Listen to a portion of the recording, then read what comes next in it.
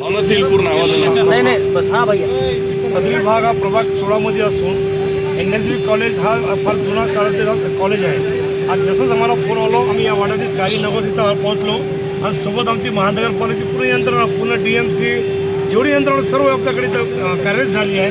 तिथं आल्यानंतर असं दिसलं की सदरी कार एक आमच्या माननीय प्रोफेसर जी आहे टीचर आहे ते गाडी बाहेर काढताना अचानक एक टायर त्याचा खड्ड्यामध्ये गेल्यामुळं ते पुन्हाच गाडी तिथं मध्ये खड्ड्यामध्ये गेली होती आणि महापालिका यंत्रणेद्वारे फायर ब्रिगेड यंत्रणा होती आमच्या DMC महापालिका सर्वांनी मशगत करून 2 जेसीबी शहरात त्याला आम्ही कारवरी काढलेली आहे. जीवितहानी काय झाली का?